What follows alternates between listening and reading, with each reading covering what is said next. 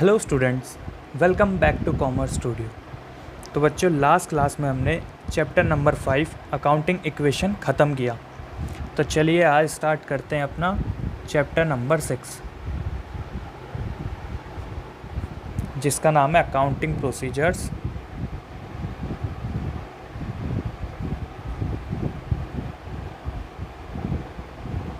Rules of debit and credit. बच्चों, ये एक इम्पॉर्टेंट चैप्टर है आपके लिए, आपकी बेस बिल्डिंग के लिए। ये चैप्टर आपको बहुत आराम से, ध्यान से समझना है। आगे तक काम आएगा बच्चों, ये जब तक आप अकाउंट्स पढ़ोगे अपनी लाइफ में, ये तब तक काम आएगा आपके ये वाला चैप्टर। ठीक है, तो रूल्स ऑफ डेबिट क्रेडिट ये समझाने से पहले मैं आपको एक चीज़ समझाता हूँ। बच्चों, हमें क्या करना होता है, हमें से मेरा मतलब है अकाउंटेंट क्या करते हैं, वो एक टाइप की हर एक ट्रांजैक्शन एक अलग टाइप के अकाउंट में रखते हैं। इससे समझने से पहले मैं आपको एक एग्जांपल देता हूँ बच्चों। लाइक आपने मूवी देखी होगी, जिन बच्चों ने देखी है बढ़िया है, मुझसे शादी करोगी, सलमान खान की है। तो बच्चों, इस मूवी में सलमान खान करते हैं, वो जो सलमान खान होते हैं वो 3 अलग अलग गुल्लक बनाते हैं। एक गुल्लक उनकी जो होती है वो माँ के लिए बनाते हैं, माँ के इलाज के लिए बनाते हैं बच्चों। एक गुल्लक वो बनाते हैं अपनी बहन की पढ़ाई के लिए, और एक बनाते हैं बच्चों बहन की शादी के लिए। तो बच्चों, सलमान खान इन गुल्लक्स में ये पैसे डालते रहते हैं, हालांकि बाद में उसे वो फोड़ देते हैं, लेकिन फिर भी ये इसमें पैसा डालते रहते हैं।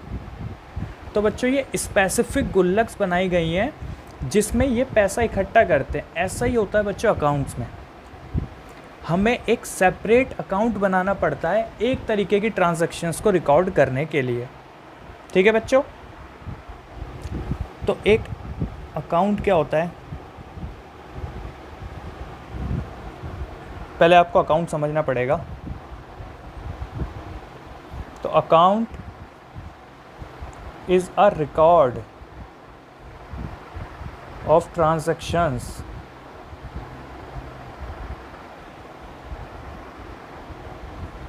Under a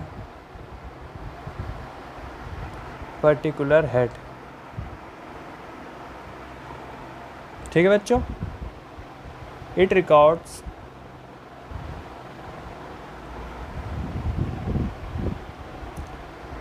not only the amount of transaction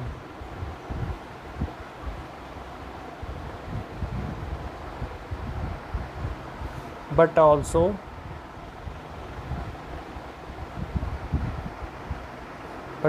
their effect and direction।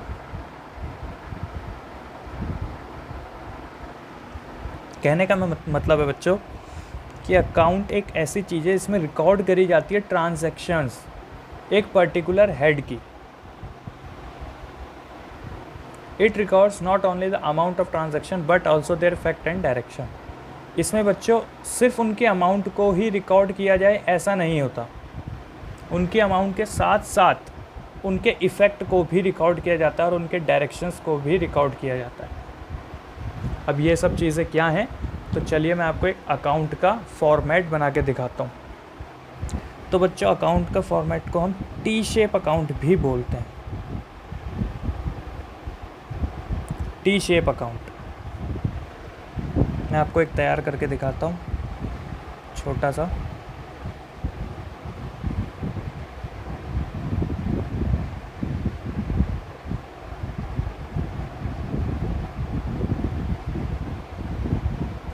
बच्चों, इस तरफ आती है डेट,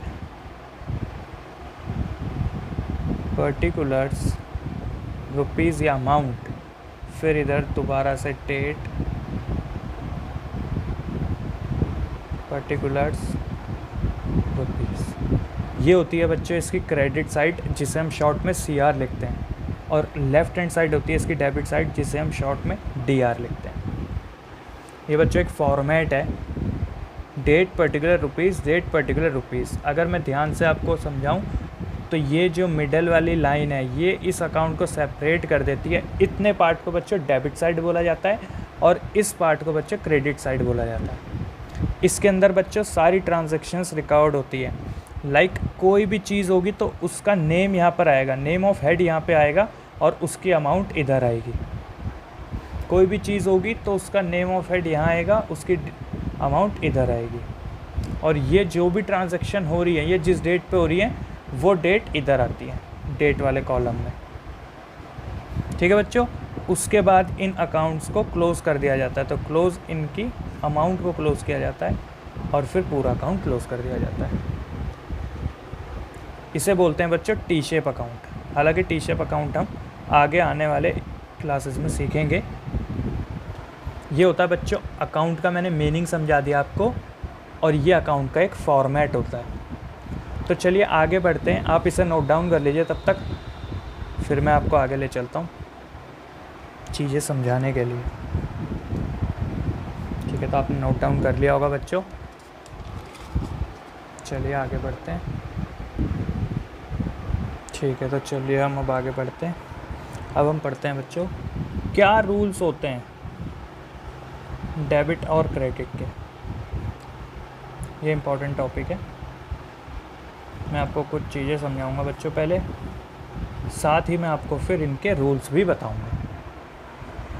तो बच्चों जो अकाउंट मैंने अभी आपको समझाया, तो उसको अगर हम क्लासिफाई करें तो वो दो तरीके से होता है बच्चों।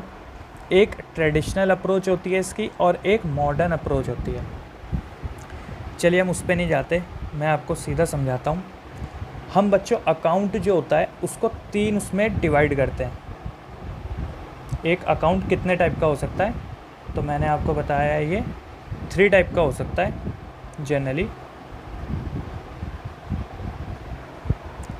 ठीक है, तो फर्स्ट वन जो होता है इसका, ये होता है पर्सनल।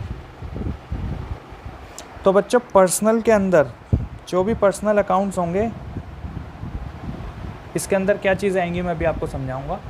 इसके अलावा होते हैं बच्चों यहाँ पे रियल अकाउंट्स होते हैं,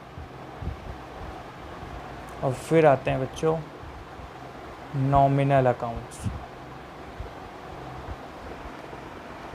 अकाउंट बच्चों 3 टाइप के होते हैं, मैंने आपको समझा दिए, personal, real, nominal.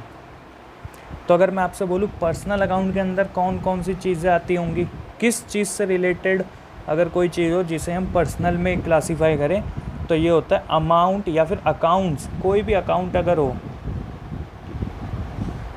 Which relate to person.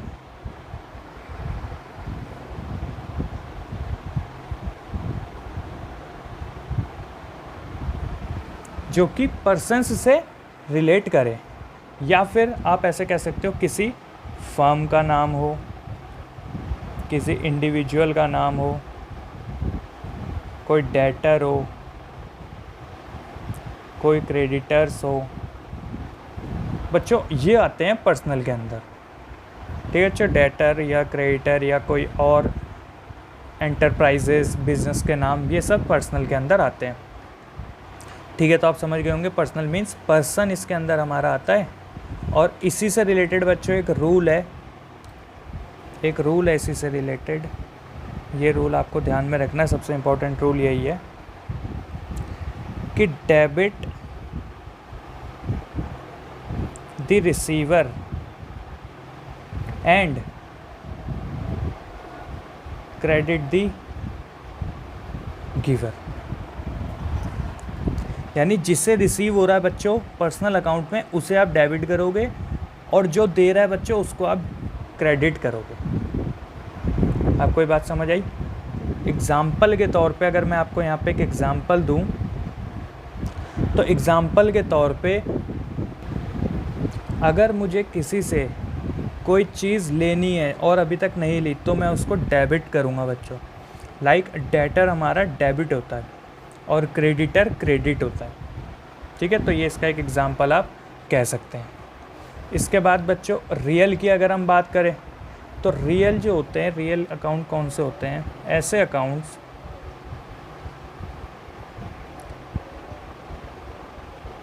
Which relate to tangible और intangible assets of the firm। लेकिन इसमें बच्चों डेटर इंक्लूड नहीं होता, ठीक है? इसमें आप डेटर इंक्लूड नहीं करेंगे क्योंकि डेटर तो यहाँ का पार्ट हो गया पर्सनल का। तो रियल अकाउंट कौन से होते हैं? ऐसे अकाउंट जो हमारी फर्म के टेंजिबल और इंटेंजिबल एसेट्स हैं। टेंजिबल और इंटेंजिबल एसेट बच्चों वैसे मैंने आपको बताया हुआ है, लेकिन अगर आप भूल गए हो तो मैं फिर से आपको एक बार बता देता हूँ कि जो भी हमारे टेंजिबल एसेट होते हैं उन्हें आप छू सकते हैं, देख सकते हैं, लाइक मशीन, बिल्डिंग, फर्नीचर, ये सब बच्चों हमारे टेंजिबल हैं। और इनटेंजिबल एसेट तो बच्चों ये भी एसेट होते हैं लेकिन आप इन्हें छू नहीं सकते, लाइक हमारी गुडविल, पेटेंट्स और कॉपीराइट, बहुत होते हैं बच्चों। ये मैंने आपको इम्पोर्टेंट वाले लिखवा दिए। तो इन सब का जब अकाउंट बनाया जाता है तो वो रियल नेचर का होता है, समझ गए? ठीक है, तो यहाँ पे भी एक रूल होता है, यहाँ का भी एक रूल है important. Debit what comes in, credit what goes out। इसका क्या मतलब हुआ? इसका मतलब हुआ कि आपके पास कोई भी चीज़ आए तो उसको आपको डेबिट कर देना है। वो कुछ भी हो सकता है बच्चों। मैं एग्जांपल के तौर पे मानता हूँ कि मैंने मशीन ख़रीदी बच्चों, तो अगर मैं मशीन ख़रीदता हूँ तो मेरे पास मशीन आएगी तो मशीन डेबिट, और जाएगा क्या? पैसा, तो पैसा क्रेडिट यानी कैश, ठीक है? क्रेडिट व्हाट गोज़ आउट, जो जाएगा उसको क्रेडिट करना है, तो मैं कैश को यहाँ पे क्रेडिट कर दूंगा, जबकि मशीन को मैं यहाँ पे डेबिट कर दूंगा क्योंकि मशीन आई, ठीक है? पर्सनल रियल आप समझ गए, क्लियर है इतना? इसके बाद बच्चों आगे बढ़ते हैं। अब देखते हैं नॉमिनल अकाउंट क्या होता है। तो ये ऐसे अकाउंट होते हैं, अकाउंट्स विच रिलेट टू, इसमें बच्चों काफ़ी सारी चीज़ें आती हैं, लाइक इसमें हमारे एक्सपेंसेस आते हैं यानी खर्चे, यहाँ हमारे लॉसेस आते हैं यानी नुकसान, यहाँ हमारे गेन्स आते हैं यानी फ़ायदा, इसके अलावा बच्चों यहाँ हमारी रिवेन्यू आती है यानी इनकम। तो बच्चों ये लगभग सारी चीज़ें अगर इनसे बनाएं तो ये नॉमिनल नेचर का अकाउंट बनता है। मैं आपको अगर इसका कुछ एग्ज़ाम्पल दूं तो इसके एग्ज़ाम्पल अगर मैं आपको दूं तो इसमें आप कह सकते हो कमीशन, रेंट, है ना बच्चों? कमीशन आप दोगे तो आपके लिए एक्सपेंस है, अगर आपको मिलेगी तो वो इनकम है। रेंट आप पे करोगे तो आपके लिए एक्सपेंस है, और अगर आपको मिलेगा तो आपके लिए फिर ये इनकम है या रिवेन्यू यहाँ से हुई, ठीक है? तो अगर इन सब चीज़ों का अगर आप अकाउंट बनाते हो तो वो नॉमिनल अकाउंट के अंदर नॉमिनल नेचर का माना जाता है। इसका भी एक रूल है, तो ठीक है सर बताइए क्या रूल है? इसका रूल है बच्चों डेबिट ऑल एक्सपेंसेस,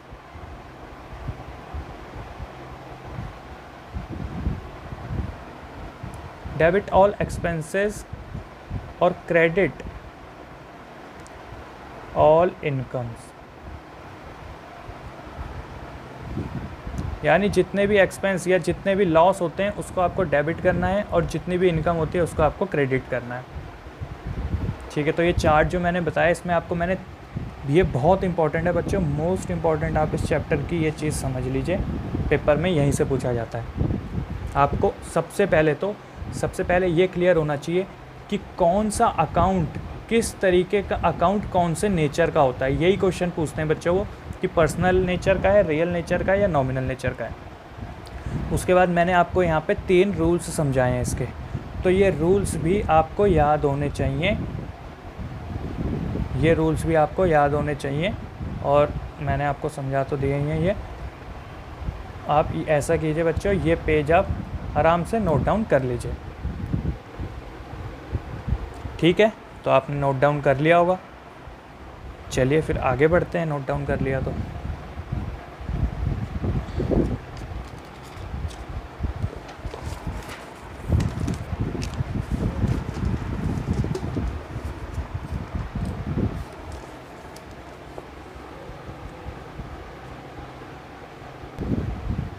चलिए बच्चों, मैं इसके ऊपर आपको एक क्वेश्चन कराता हूँ। हम करेंगे बच्चों इलस्ट्रेशन नंबर 1।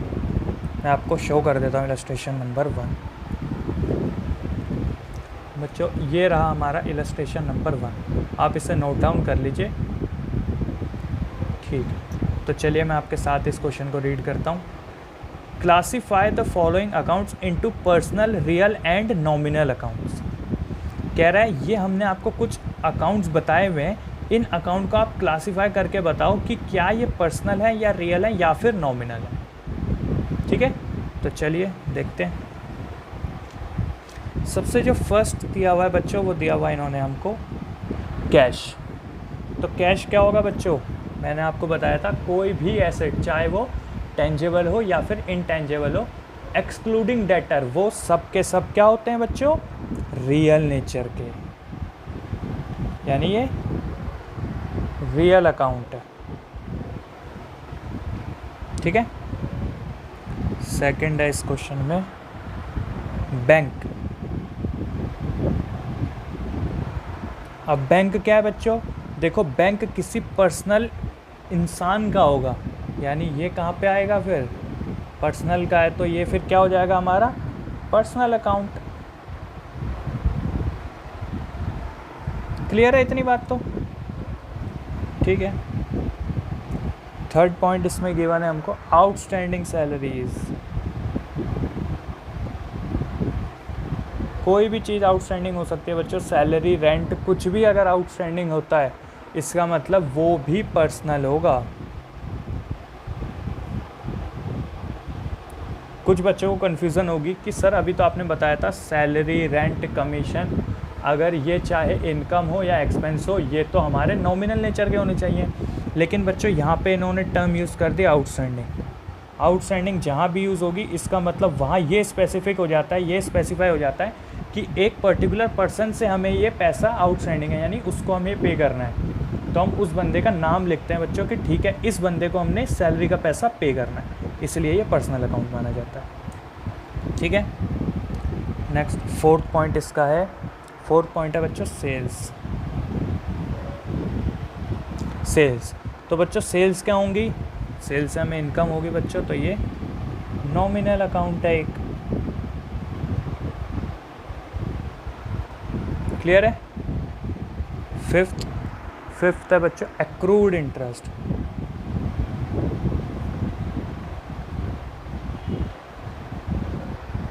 एक्रूड इंटरेस्ट फिर से बच्चों क्या होगा, ये पर्सनल अकाउंट होगा। कैसे सर? देखो यहाँ पे एक्रूड है मतलब हमें लेना है किसी से, तो एक पर्सन पर्टिकुलर होगा ना कि हमें वाई से लेना है, एक्स से लेना है, तो वहाँ पे पर्सन का नाम आ गया, इसलिए पर्सनल अकाउंट होता है बच्चों ये। सिर्फ और सिर्फ अगर इंटरेस्ट होता तो फिर ये क्या हो जाता, जी हाँ, फिर ये हमारा हो जाता नॉमिनल नेचर। लेकिन अभी एक्रूड लगा है या आउटस्टैंडिंग कुछ भी लगे तो उससे स्पेसिफिक हो जाता है एक पर्सन, तो इसलिए वो पर्सनल अकाउंट माना जाता है। सिक्स्थ है बच्चों यहाँ पे lease hold property.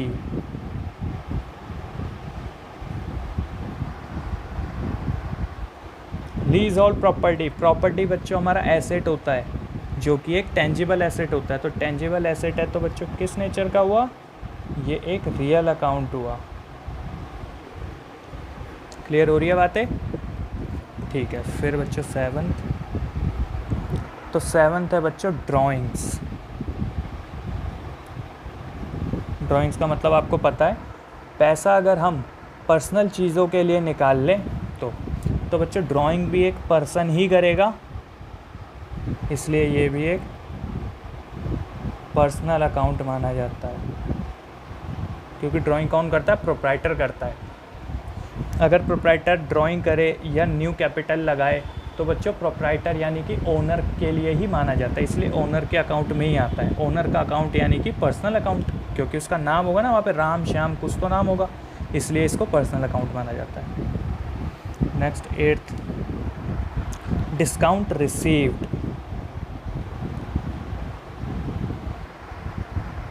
Discount received कहाँ आएगा बच्चों, नॉमिनल आएगा सर। नॉमिनल अकाउंट है, ईजी है ये हमें गेन हुआ ना, एक तरीके से फ़ायदा हुआ हमें। मेरे को अगर कोई डिस्काउंट मिलता है तो मेरे लिए फ़ायदा है, और फ़ायदे, नुकसान, एक्सपेंस और इनकम्स हम कहाँ शो करते हैं, नॉमिनल अकाउंट में। ठीक है, ये भी क्लियर हो गया। 9th है बच्चों इसमें बैड डेब्ट। Bad debts return of. Bad debts बच्चों मैंने क्या बताए थे आपको, ये ऐसी चीज़ या ऐसे लोग होते हैं जो हमारा पैसा पे नहीं करते। तो ये भी बच्चों हमारा नॉमिनल नेचर हो गया, नॉमिनल अकाउंट हो गया। क्यों, क्योंकि यहाँ पे भी पर्सन के हमारा पैसा डूब गया, जिस पर्सन ने हमें पे नहीं करा उससे हमारा पैसा डूब गया।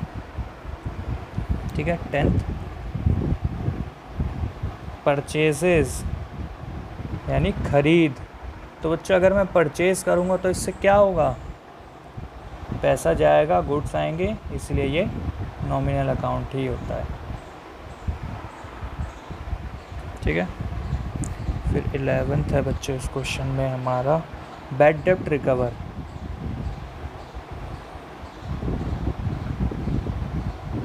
जो बच्चों पैसा डूबा था तो नॉमिनल था, अब अगर पैसा मिलेगा तो कहाँ आएगा, तो ये भी सर नॉमिनल ही माना जाएगा, क्योंकि हमको ऐसा पैसा मिला जिसकी हमें उम्मीद नहीं थी। ठीक है बच्चों, यानी एक तरीके से मेरे लिए अनएक्सपेक्टेड इनकम हुई, तो ऐसे हम नॉमिनल अकाउंट में इसको शो करेंगे। 12th है बच्चों प्लांट एंड मशीनरी। तो ये तो मैंने आपको एग्जांपल दे ही दिया था वीडियो में। प्लांट एंड मशीनरी का मतलब क्या है बच्चों, ये एक रियल नेचर है, रियल अकाउंट है, क्योंकि ये एक टेंजिबल एसेट है हमारा। ठीक है। फिर बच्चों 13th है हमारी इसमें कैपिटल। तो कैपिटल कहाँ शो होगी बच्चों, बिल्कुल सही, कैपिटल सर कोई पर्सनल इंसान लगाता है, इसीलिए ये पर्सनल अकाउंट माना जाता है। इसके बाद है बच्चों इंटरेस्ट। अगर मैं पे करूं, इंटरेस्ट पेड, चाहे मैं पे करूं चाहे मेरे को रिसीव हो बच्चों, ये क्या माना जाएगा, नॉमिनल अकाउंट माना जाएगा। ये तो क्लियर है। एक्सपेंस होता या इनकम होता मेरे लिए नॉमिनल नेचर है, चाहे मैं इंटरेस्ट पे करूं या मुझे रिसीव हो तो उसको तो हम नॉमिनल ही नेचर मानते हैं। फिर 15th है बच्चों इसमें बैंक ओवरड्राफ्ट।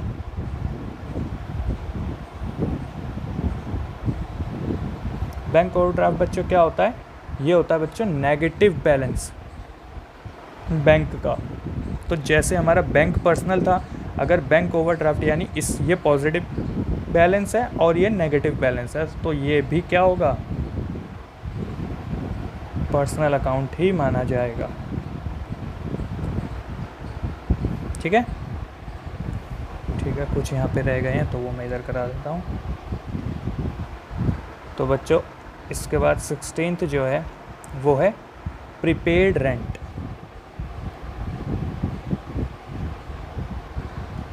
प्रीपेड रेंट, तो प्रीपेड रेंट कहाँ आएगा, जैसे बच्चों आउटस्टैंडिंग था, एक्रूड था, वैसे ही प्रीपेड भी माना जाता है। तो ये भी क्या हो जाएगा बच्चों, हमारा पर्सनल अकाउंट हो जाएगा। उसके बाद बच्चों 17th है हमारा कैरेज इनवर्ड।